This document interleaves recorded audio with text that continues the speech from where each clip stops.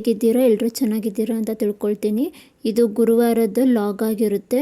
ಇವತ್ತೊಂದು ಸ್ಪೆಷಲ್ ಡೇನೇ ಅಂತ ಹೇಳ್ಬೋದು. ಯಾಕೆಂದರೆ ಇವತ್ತು ನನ್ನ ಮಗನ ಬರ್ತ್ಡೇ ಇದೆ. ಇವತ್ತೊಂದು ಬರ್ಡೇ ಇದೆ. ಅದಕ್ಕೋಸ್ಕರ ಇವತ್ತು ತುಂಬ ಸ್ಪೆಷಲ್ ಡೇ ಅಂತಲೇ ಹೇಳ್ಬೋದು. ಇಲ್ಲಿ ಬೆಳಗ್ಗೆ ಬೇಗನೆ ಎದ್ದು ಮನೆ ಕೆಲಸ ಎಲ್ಲ ಮುಗಿಸ್ಕೊಂಡೆ. ನಾವೇನೋ ಅಂದ್ಕೊಂಡ್ರೆ ಅದು ಇನ್ನೇನೋ ಆಗುತ್ತೆ. ನಾವು ಅಂದ್ಕೊಂಡಂಗೆ ಏನೂ ಆಗೋದಿಲ್ವಲ್ಲ. ನಾವೇನೋ ಅಂದ್ಕೊಂಡಿದ್ವಿ ಅವ್ನ ಬರ್ತಡೇಗೆ ನಮ್ಮ ಮನೆ ದೇವ್ರಿಗೆ ಹೋಗಿ ಬರೋಣ, ಹೋಗಿಬಿಟ್ಟಿದ್ದೆ, ಪೂಜೆ ಮಾಡಿಸ್ಕೊಂಬರೋಣ ಅಂತ ಅಂದ್ಕೊಂಡಿದ್ವಿ. ಆದರೆ ಆಗಲಿಲ್ಲ. ಅದಕ್ಕೋಸ್ಕರ ಮನೆಯಲ್ಲೇ ಸಿಂಪಲ್ಲಾಗಿ ಸೆಲೆಬ್ರೇಷನ್ ಮಾಡ್ತಾಯಿದ್ದೀವಿ. ಸ್ಕೂಲ್ ಬೇರೆ ಇತ್ತಲ್ವ, ಹಾಗೆ ಸ್ಕೂಲ್ ಕಳಿಸ್ಬೇಕು ಅಂದ್ಬಿಟ್ಟಿದೆ. ಬೆಳಗ್ಗೆ ಬೇಗನೆ ಎದ್ಬಿಟ್ಟಿದೆ. ಮನೆ ಎಲ್ಲ ಕ್ಲೀನ್ ಮಾಡ್ಕೊಂಡಿದ್ದಾಯಿತು. ಕ್ಲೀನ್ ಮಾಡಿಕೊಂಡು ಇವಾಗ ಪಡ್ಡು, ಇವತ್ತು ಬ್ರೇಕ್ಫಾಸ್ಟ್ಗೆ ಪಡ್ಡು ಮಾಡ್ಕೊಳ್ತಾ ಇದ್ದೀನಿ. ಪಡ್ಡು ಮಾಡಿಕೊಂಡು ಪಡ್ಡಿಗೆ ಎಲ್ಲ ಕಟ್ ಮಾಡ್ಕೊಂಡಿದ್ದಾಯಿತು. ಈರುಳ್ಳಿ, ಸಬ್ಬಕ್ಕಿ ಸೊಪ್ಪು, ಕೊತ್ತಂಬರಿ ಸೊಪ್ಪು, ಕರ್ಬೇವಿನ ಸೊಪ್ಪು ಎಲ್ಲ ಕಟ್ ಮಾಡಿಕೊಂಡು ಹಾಕ್ಕೊಂಡಿದ್ದಾಯಿತು. ಇಲ್ಲಿವಾಗ ಕೊಬ್ಬರಿ ಚಟ್ನಿ ಮಾಡ್ಕೊಳ್ತಾ ಇದ್ದೀನಿ. ಕೊಬ್ಬರಿ ಚಟ್ನಿ ಮಾಡಿಕೊಂಡು ಎಲ್ಲ ಚಟ್ನಿ ಎಲ್ಲ ರುಬ್ಬಿ ಎಲ್ಲ ರೆಡಿ ಮಾಡಿ ಇಟ್ಕೊಂಡು ನಾನು ಇವಾಗ ಎಣ್ಣೆ ಬಿಸಿ ಮಾಡಿಕೊಂಡು ನನ್ನ ಮಗನಿಗೆ ಎಣ್ಣೆ ಹಚ್ಚಿ ಸ್ನಾನ ಮಾಡಿಸ್ತೀನಿ. ಅವನಿಗೆ ಕ್ಯಾಮ್ರಾ ಮುಂದೆ ಬರೋಕ್ಕೆ ಇಷ್ಟ ಇಲ್ಲ. ಕ್ಯಾಮ್ರಾ ಆನ್ ಮಾಡಿದ್ರೆ ಸಾಕು, ಬೇಡ ಮಮ್ಮಿ ನನಗೆ ವಿಡಿಯೋ ಮಾಡಬೇಡ ಅಂತ ಹೇಳಿ ಅಂತಾನೆ. ಸರಿ ಆಯಿತು, ತುಂಬ ಇಷ್ಟ ಇಲ್ಲದೆ ಇರುವಾಗ ವಿಡಿಯೋ ಮಾಡೋದು ಸರಿ ಇಲ್ಲ ಅಂದ್ಬಿಟ್ಟಿದೆ. ನಾನೊಂದೇನು ವಿಡಿಯೋ ಮಾಡೋದಿಲ್ಲ. ಇವಾಗ ಬ್ರೇಕ್ಫಾಸ್ಟ್ಗೆ ಎಲ್ಲ ರೆಡಿ ಮಾಡಿ ಇಟ್ಕೊಳ್ತಾ ಇದ್ದೀನಿ. ಇಟ್ಕೊಂಡು ಯಾಕೆ ಇಲ್ಲಿ ಸ್ವಲ್ಪ ಹಿಟ್ಟು ಮಾತ್ರ ನಾನು ಸೊಪ್ಪ ಎಲ್ಲ ಹಾಕ್ಕೊಳ್ತಾ ಇದ್ದೀನಿ ಅಂದರೆ, ನಮ್ಮ ಮನೇಲಿ ಸ್ವಲ್ಪ ಜನ ಪ್ಲೈನಾಗೆ ತಿಂತಾರೆ, ಸ್ವಲ್ಪ ಜನ ಸೊಪ್ಪೆಲ್ಲ ಹಾಕಿದ್ದು ತಿಂತಾರೆ. ಅದಕ್ಕೋಸ್ಕರ ಅದರ್ಧ ಇದರ್ಧ ಮಾಡಿಕೊಂಡೆ. ಇವಾಗ ಎಣ್ಣೆ ಬಿಸಿ ಮಾಡ್ಕೊಳ್ತಾ ಇದ್ದೀನಿ. ಧರ್ಮಸ್ಥಳದಿಂದ ತಂದಿರೋ ಎಣ್ಣೆ ಇದು, ತುಂಬ ಚೆನ್ನಾಗಿದೆ. ಎಣ್ಣೆ ಬಿಸಿ ಮಾಡಿಕೊಂಡು ಅವನಿಗೆ ಎಣ್ಣೆ ಹಚ್ಚಿ ಸ್ನಾನ ಮಾಡಿಸಿ ಬಟ್ಟೆ ಎಲ್ಲ ಹಾಕ್ಬಿಟ್ಟಿದೆ. ನಾನು ಸ್ಕೂಲ್ಗೆ ಕಳಿಸ್ತೀನಿ. ಇವತ್ತು ಪೂಜೆ ಮಾಡ್ಕೊಳ್ಳೋಕ್ಕಾಗಲಿಲ್ಲ. ಯಾಕೆ ಅಂದರೆ ಹೆಣ್ಮಕ್ಳದ್ದು ಪ್ರಾಬ್ಲಮ್ ಇರುತ್ತಲ್ವ, ಮಂತ್ಲಿ ಪ್ರಾಬ್ಲಮ್ಮು ಇದ್ದೇ ಇರುತ್ತೆ. ಅದಕ್ಕೋಸ್ಕರ ಪೂಜೆ ಮಾಡ್ಕೊಳ್ಳೋಕ್ಕಾಗಲಿಲ್ಲ. ಸರಿ ಆಯಿತು, ಏನು ಮಾಡೋಕ್ಕಾಗಲ್ಲ ಅಂದ್ಬಿಟ್ಟಿದೆ. ದೇವ್ರಿಗೆ ನಮಸ್ಕಾರ ಮಾಡಪ್ಪ ಅಂದ್ಬಿಟ್ಟಿದೆ. ಅವನಿಗೆ ಸ್ನಾನ ಮಾಡಿಸಿ ನಮಸ್ಕಾರ ಮಾಡಿಬಿಟ್ಟಿದೆ. ನಮ್ಮ ಮನೆಯವರು ದೇವಸ್ಥಾನಕ್ಕೆ ಕರ್ಕೊಂಡೋಗಿ ಬರ್ತಾರೆ. ಅವರೇ ಕರ್ಕೊಂಡೋಗಿ ಬಂದು ಸ್ಕೂಲ್ಗೆ ಡ್ರಾಪ್ ಮಾಡ್ತಾರೆ. ನಾನಿಲ್ಲಿ ಎಲ್ರಿಗೂ ಬ್ರೇಕ್ಫಾಸ್ಟ್ ಕೊಟ್ಟು ನಾನು ಫ್ರೆಶಪ್ ಆಗಿ ಬಂದಿದ್ದಾಯಿತು. ಬಂದುಬಿಟ್ಟಿದೆ. ಇವಾಗ ನಾನು ಬ್ರೇಕ್ಫಾಸ್ಟ್ ಮಾಡೋಕ್ಕೆ ಪಡ್ಡು ಹಾಕ್ಕೊಳ್ತಾ ಇದ್ದೀನಿ. ಏನು ಮಾಡೋಕ್ಕಾಗಲ್ಲ, ಒಂದೊಂದು ಟೈಮು ಒಂದೊಂದು ಥರ ಇರುತ್ತೆ. ಎಲ್ಲ ಟೈಮ್ಗೂ ಅಡ್ಜಸ್ಟ್ ಆಗಬೇಕು. ಇವತ್ತು ನಾವೇನೋ ಅಂದ್ಕೊಂಡಿದ್ವಿ, ಆದರೆ ಅದೇನೋ ಆಗೋಯ್ತು. ನಮ್ಮ ಪ್ಲ್ಯಾನೇ ಬೇರೆ ಇತ್ತು. ಎಲ್ಲ ಮನೆ ದೇವ್ರಿಗೆ ಹೋಗಿ ಪೂಜೆ ಮಾಡಿಸ್ಕೊಂಬರೋಣ ಅವನ ಹೆಸರಲ್ಲಿ ಅಂದ್ಬಿಟ್ಟಿದೆ ಇದ್ವಿ. ಆದರೆ ಹೀಗಾಗೋಯ್ತು. ಹೆಣ್ಮಕ್ಳದ್ದು ಏನಾದ್ರು ಪ್ರಾಬ್ಲಮ್ಮು ಇದ್ದೇ ಇರುತ್ತೆ. ಏನು ಮಾಡೋಕ್ಕಾಗಲ್ಲ, ಹೆಂಗಾಗುತ್ತೆ ಹಾಗೆ ಹೋಗಬೇಕಲ್ಲ. ಅದಕ್ಕೋಸ್ಕರ ಸರಿ ಆಯಿತು ಅಂದ್ಬಿಟ್ಟಿದೆ. ಸ್ಕೂಲ್ಗೆಲ್ಲ ಚಾಕ್ಲೇಟು ತೊಗೊಬಂದಿದ್ರು. ಚಾಕ್ಲೇಟ್ ತೊಗೊಂಡು ಅವನು ಹೋದ.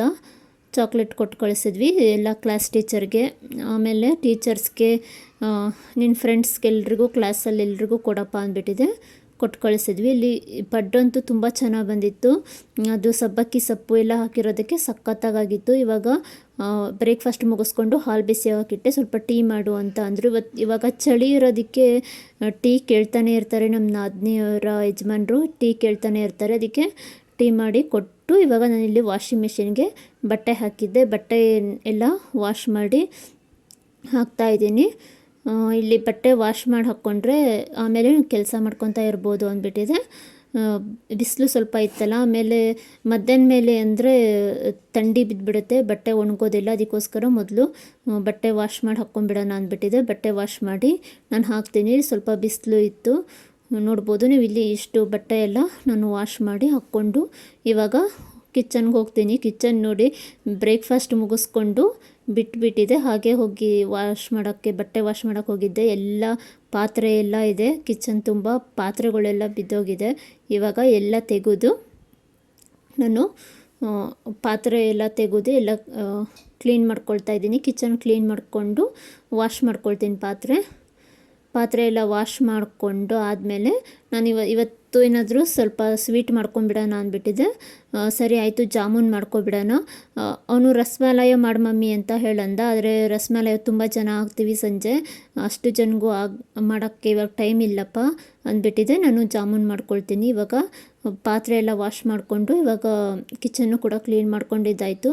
ಸರಿ ಆಯಿತು ಅಂದ್ಬಿಟ್ಟಿದೆ. ಜಾಮೂನ್ ಪ್ಯಾಕ್ ತರಿಸಿದ್ವಿ. ಜಾಮೂನು ಮಾಡ್ಕೊಳ್ತೀನಿ. ಟೈಮು ತುಂಬ ಓಡ್ತಾನೇ ಇರುತ್ತೆ.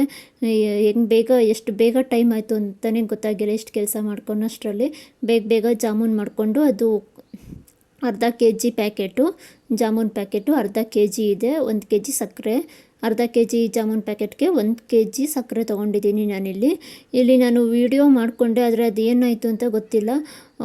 ತುಂಬ ವೀಡಿಯೋಸ್ ಎಲ್ಲ ಡಿಲೀಟ್ ಆಗಿಬಿಟ್ಟಿದೆ.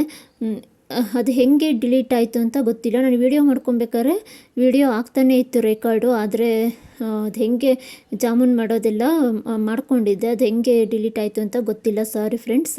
ಇಲ್ಲಿ ಜಾಮೂನ್ ಮಾಡಿಕೊಂಡು ಆಯಿತು. ಜಾಮೂನ್ ಮಾಡಿ ಒಂದು ಪಾತ್ರೆಯಲ್ಲಿ ಹಾಕ್ಬಿಟ್ಟಿದೆ, ಎತ್ತಿಟ್ಕೊಂಡು ಇವಾಗ ಮಧ್ಯಾಹ್ನ ಊಟಕ್ಕೆ ರಾತ್ರಿ ಹೇಗಿದ್ರು ರೈಸ್ ಮಾಡ್ತೀನಿ. ಇವಾಗ ಚಪಾತಿ ಪಲ್ಯ ಮಾಡ್ಕೊಳ್ಳೋಣ ಅಂದ್ಬಿಟ್ಟಿದೆ.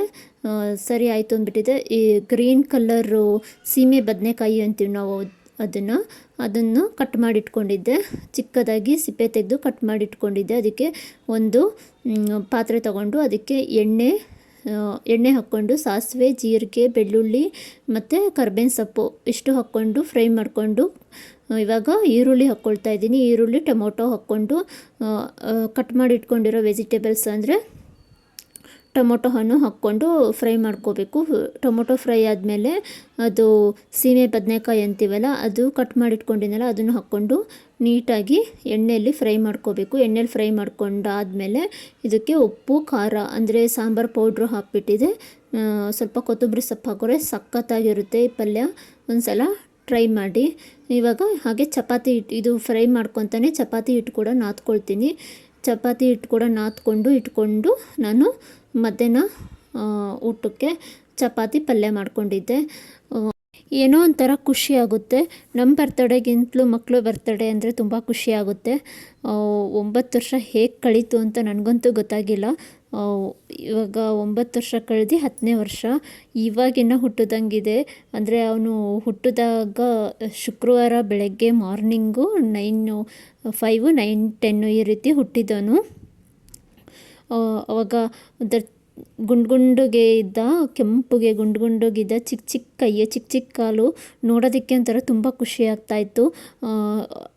ದಿನ ಎಣ್ಣೆ ಹಚ್ಚಿ ಸ್ನಾನ ಮಾಡಿಸಿ, ಬಿಸಿ ಎಣ್ಣೆ ಹಚ್ಚಿ ಬಿಸಿ ನೀರು ಹಾಕಿ ಸ್ನಾನ ಮಾಡಿಸಿ, ಬಿಳೆ ಬಟ್ಟೆಯಲ್ಲಿ ಚಿಕ್ಕ ಮಕ್ಕಳಿಗೆ ಸುತ್ತಿಬಿಟ್ಟಿದೆ ಮಲಗಿಸ್ತಾರಲ್ಲ, ನೋಡೋದಕ್ಕೆ ತುಂಬ ಚೆನ್ನಾಗಿ ಕಾಣಿಸ್ತಾ ಇದ್ದ. ಆವಾಗ ವಿಂಟರ್ ಸೀಸನ್ ಬೇರೆ, ತುಂಬ ಚಳಿ ಇರ್ತಾಯಿತ್ತು. ನಮ್ಮಮ್ಮ ಅಂತೂ ತುಂಬ ಕಷ್ಟಪಟ್ಟಿದ್ದಾರೆ.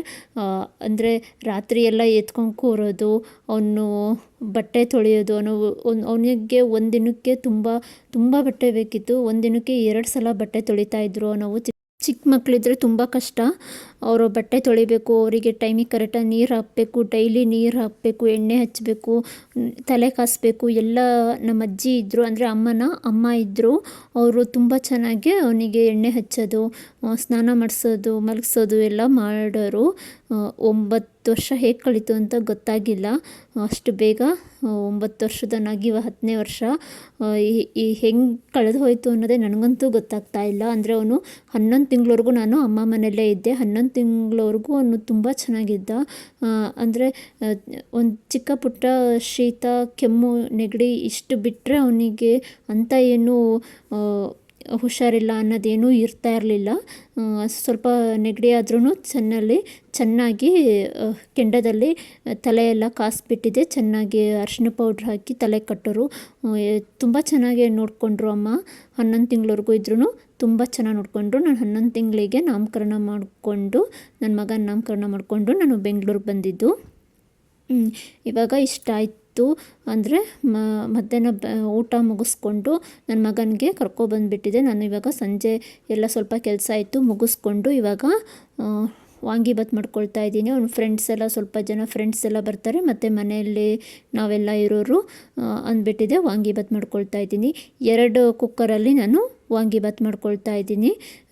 ಆ ಕಡೆ ಒಂದು ಕುಕ್ಕರ್ ಇಟ್ಟಿದ್ದೀನಿ, ಈ ಕಡೆ ಒಂದು ಕುಕ್ಕರ್ ಇಟ್ಟಿದ್ದೀನಿ. 2 ಕುಕ್ಕರಲ್ಲಿ ವಾಂಗಿಬಾತ್ ಮಾಡಿಕೊಂಡು ಇಟ್ಕೊಳ್ತೀನಿ. ಇವಾಗ ವಾಂಗಿಬಾತು ರೆಡಿ ಆಯಿತು. ನಿಮಗೆ ತೋರಿಸ್ತಾ ಇದ್ದೀನಿ ನೋಡಿ, ಸಖತ್ತಾಗಿ ಬಂದಿತ್ತು. ವಾಂಗಿಬಾತ್ ಮಾತ್ರ ಸೂಪರಾಗಿತ್ತು, ಚೆನ್ನಾಗಿತ್ತು. ಇದು ನಾನು ವಾಂಗಿಬಾತ್ ಪೌಡರ್ ಕೂಡ ಮನೆಯಲ್ಲೇ ಮಾಡ್ಕೊಂಡಿದ್ದು. ನಿಮಗೆ ಈ ವಿಡಿಯೋ ಹಾಕ್ತೀನಿ, ನೆಕ್ಸ್ಟು ವಾಂಗಿಬಾತ್ ಪೌಡರ್ ವಿಡಿಯೋ ಹಾಕ್ತೀನಿ. ಇವಾಗ ಕೇಕ್ ತರೋದಕ್ಕೆ ಹೋಗಿದ್ದಾರೆ. ಚಾಕ್ಲೇಟ್ ಕೂಡ ಬುಕ್ ಮಾಡಿದ್ವಿ, ಬಂತು ಅಮೂಲ್ದು. ಸ್ಕೂಲ್ಗೂ ಸ್ವಲ್ಪ ಚಾಕ್ಲೇಟ್ ತೊಗೊಂಡು ಹೋಗಿದ್ದ, ಎಲ್ಲ ಖಾಲಿ ಮಾಡ್ಕೊಂಬಂದ. ಮತ್ತು ಮನೆಗೆ ಎಲ್ಲ ಬರ್ತಾರಲ್ಲ ಅಂದ್ಬಿಟ್ಟಿದೆ, ಮನೆಯಲ್ಲಿ ಕೊಡೋದಕ್ಕೆ ಅಂದ್ಬಿಟ್ಟಿದೆ ಸ್ವಲ್ಪ ಚಾಕ್ಲೇಟು ತರಿಸಿದ್ವಿ. 2 ಬಾಕ್ಸ್ ಚಾಕ್ಲೇಟು ತರಿಸಿದ್ವಿ. ಚೆನ್ನಾಗಿತ್ತು, ಚಾಕ್ಲೇಟ್ ಮಾತ್ರ ಸಖತ್ತಾಗಿತ್ತಿದು. ಇಲ್ಲಿ ಕೇಕ್ ಕೂಡ ಬಂದಿದ್ದಾಯಿತು. ಇದು ಎಗ್ಲೆಸ್ಸು ಕೇಕು, ಐಸ್ ಕೇಕು, ತುಂಬ ಚೆನ್ನಾಗಿತ್ತು ಕೇಕ್ ತೊಗೊಬಂದಿದ್ದಾಯಿತು. ಇವಾಗ ಫ್ರೆಂಡ್ಸು ಕೂಡ, ಅವ್ನ ಫ್ರೆಂಡ್ಸು ಎಲ್ಲ ಬಂದಿದ್ದಾಯಿತು. ಸರಿ ಆಯಿತು, ಕೇಕ್ ಕಟ್ ಮಾಡಿಬಿಡೋಣ. ಕಟ್ ಮಾಡಿ ಇನ್ನು ಆ ಕಡೆ ಈ ಕಡೆ ಅನ್ನೋಷ್ಟರಲ್ಲೇ ಟೈಮ್ ಆಗಿಬಿಡುತ್ತೆ. ಪಾಪ ಮಕ್ಕಳೆಲ್ಲ ಅವ್ರ ಮನೆಗೆ ಹೋಗಬೇಕಲ್ಲ, ಅದಕ್ಕೆ ಬೇಗ ಕೇಕ್ ಕಟ್ ಮಾಡಿ ಬೇಗ ಊಟ ಮುಗಿಸ್ಬಿಡೋಣ ಅಂದ್ಬಿಟ್ಟಿದೆ. ಕೇಕು ಕೂಡ ಕಟ್ ಮಾಡ್ಕೊಳ್ತೀವಿ. ಒಂಥರ ತುಂಬ ಸಿಂಪಲಾಗಿ ಮಾಡ್ಕೊಂಡ್ವಿ.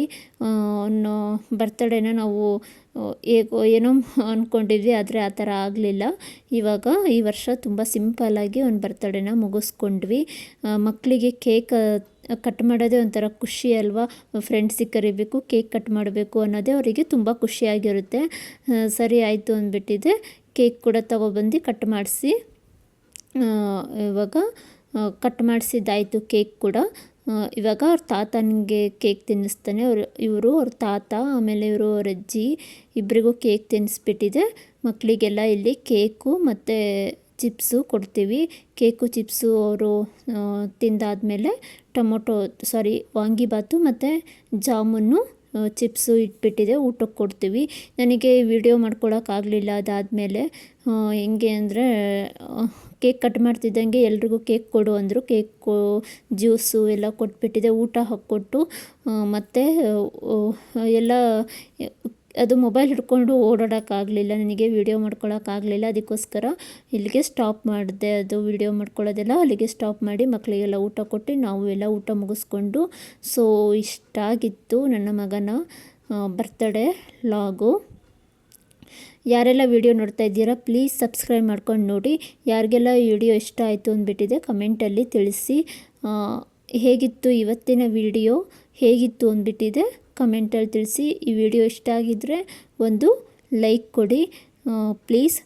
ವಿಡಿಯೋನ ಸಬ್ಸ್ಕ್ರೈಬ್ ಮಾಡಿಕೊಂಡು ನೋಡಿ. ಇಷ್ಟ ಆಗಿತ್ತು ಇವತ್ತಿನ ಲಾಗು, ಅಂದರೆ ನನ್ನ ಮಗನ ಬರ್ತ್ಡೇ ಲಾಗು ತುಂಬ ಸಿಂಪಲ್ಲಾಗಿ ಇಷ್ಟು ಆಗಿತ್ತು.